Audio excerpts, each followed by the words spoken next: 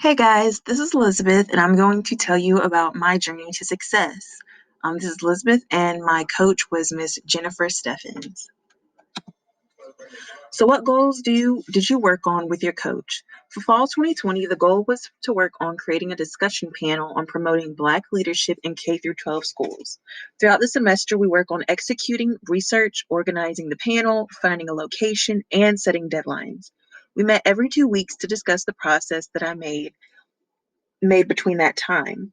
Before ending our meeting, I was given small chunks of homework to complete throughout the week. I may watch a few videos that the coach suggested, choose a topic of focus, or can contact possible people for the panel.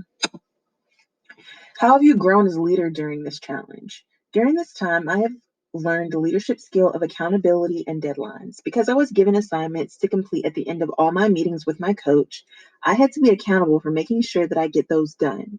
I had to prioritize and manage my time wisely.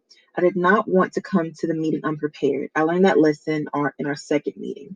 I was not prepared with any notes, comments, or questions for that meeting. I left the meeting feeling confused and disappointed in myself.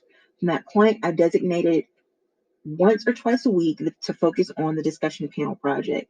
I also learned a lot about deadlines this semester. When you're collaborating with someone, you don't want to leave them not knowing when things are happening.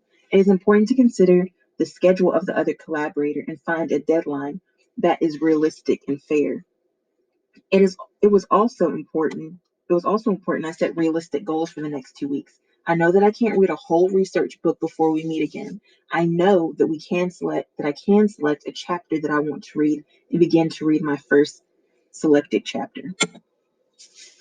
So, what has been your experience over your 30 hours of community service? During my 30 hours of community service, I have been completing my internship at school. I have been planning with my OSTE teacher, managing the classroom, teaching, creating lessons, and attending teacher conferences. During my time at the internship, I had been able to see what a teacher does in their day to day life. I'm also able to sit in on my OSTE's planning sessions. I take notes, generate ideas, and implement those ideas into my classroom. I also get to do read alouds with the kids and conduct small groups during math or reading. These things allow me to continuously practice doing lessons in my own classroom. I get to try out new techniques and apply it to my internship and other scenarios. I have been able to spend over 30 hours in the classroom building my knowledge and skills of teaching. So, why do you believe it is important to lead your classrooms for positive social change? What is this that motivates you?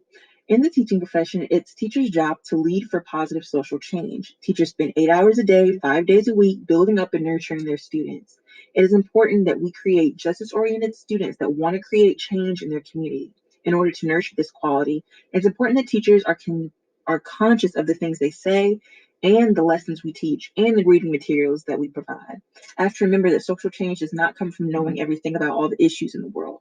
It's about creating a space for students to explore, analyze, and question the systems that they live in. As a future educator, social change to me also involves allowing students to learn about themselves. I believe that social change can happen through reading and discussing books. When children read books that represent them, they are compelled to read more books about themselves and different people from them. Social change in the classroom means giving students the freedom to learn everything that is happening in our world today. What goals do you plan to have for for your leadership development and civil engagement moving forward? I want to continue my journey with creating this discussion panel.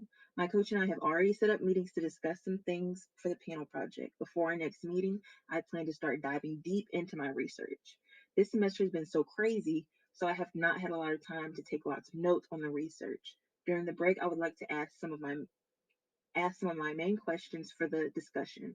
I also plan on keeping in contact with the possible panelists and my coach. I'm so excited for this project, and I know that this is going to be awesome.